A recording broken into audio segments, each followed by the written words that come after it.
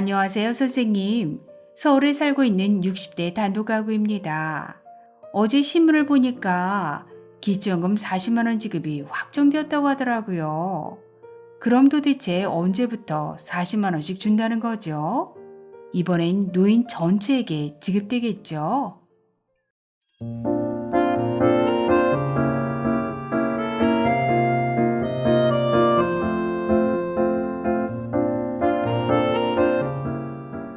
안녕하셨습니까? 행복한 인생의 이마 알베르토입니다. 지난 12일 보건복지부에서 기초연금 40만원 지급안을 확정했는데요. 과연 어떤 내용인지 오늘 아주 쉽게 설명해 드리겠습니다. 지난 12월 12일 보건복지부 산하 사회보장위원회가 복지정책 관련 최상위 계획인 사회보장 기본계획안을 발표했는데요. 이번 계획안에는 약자부터 두터운 복지, 전생의 사회서비스 고도화, 사회보장체제 혁신을 2024년에서 2028년까지 향후 5년간 중점 과제로 제시하고 있습니다. 이번 사회보장위원회의 발표문에는 기초연금의 단계적 확대라는 말 한마디로 짧게 기재되어 있지만 결국 윤석열 정부에서는 내년 33만 4천 원인 기초연금을 2028년까지 빠르게 40만 원까지 인상하는 안을 확정한 것이라고 할 수 있는데요. 2008년 도입 당시 기초노령연금이란 이름으로 10만 원에서 출발한 기초연금은 박근혜 정부 20만 원, 문재인 정부 30만 원 등 선거 때마다 인상을 거듭하더니 윤석열 정부에 와서 40만 원 지급이 확정된 것입니다. 물론 기초연금 40만 원 인상 확정이 어르신들께는 좋은 일이긴 하지만 그 내용을 자세히 들여다보면 상황은 좀 달라집니다. 어르신들께서 매달 25일 받고 계신 기초연금은 매년 소비자 물가 상승률을 반영해서 인상되고 있습니다. 2021년 30만원, 2022년 30만 7,500원, 2023년 32만 3,180원을 거쳐 2024년 33만 4천원으로 최근 3년간 평균 3% 정도의 인상률을 기록하고 있으므로 이를 향후 5년간의 기초연금 인상분에 적용해보면 2025년 34만 4천원, 2026년 35만 5천원, 2027년 36만 6천원, 2028년엔 37만 7천원으로 이번에 보건복지부에서 발표한 사회보장 기본계획이 아니어도 어차피 2028년엔 40만원 근처까지 인상될 예정이라는 것입니다. 그런데 이번 보건복지부의 발표 내용을 보면 기초연금을 2028년 40만원까지 빠르게 인상하는 방안을 확정했다고 강조하고 있는 것을 보면 이는 내년 총선을 앞두고 어르신들의 표만을 의식한 얄팍한 보여주기식 정책이 아니고 무엇이겠습니까? 여기에 더욱 실망스러운 것은 현행 소득 하위 70%에게 지급하고 있는 기초연금 수급 대상의 확대에 대한 언급이 전혀 없다는 것인데요. 현재 윤석열 정부의 부자 감세로 인한 세수 부족과 연금 재정의 건전성을 주장하고 있는 정책 기조로 볼 때 기초연금 지급 대상은 현재보다 줄어들면 줄어들었지 확대할 가능성은 희박하다고 할 수 있습니다. 그런데 이번 보건복지부의 사회보장 기본계획안에 국민연금 개혁과의 연계 이슈를 소홀히 한 점은 더욱 큰 걱정이라고 할 수 있는데요.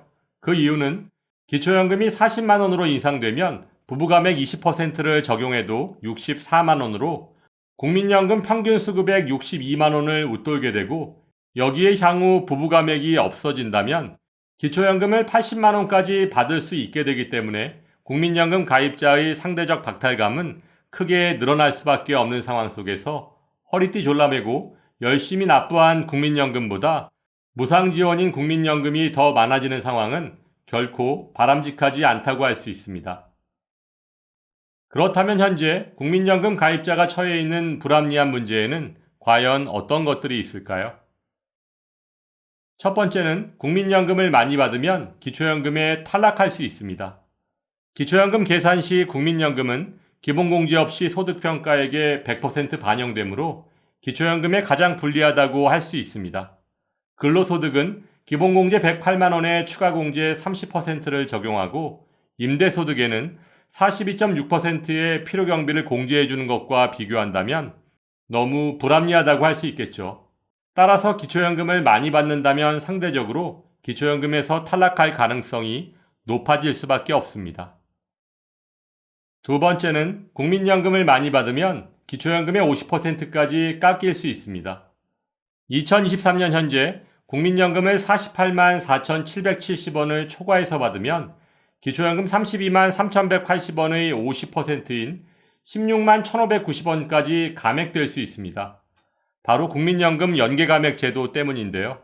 예를 들어 기초연금 수급자가 되시더라도 국민연금을 월 90만원 받으신다면 기초연금을 남들보다 9만원 적게 받는 상황이 발생하게 되는 것입니다.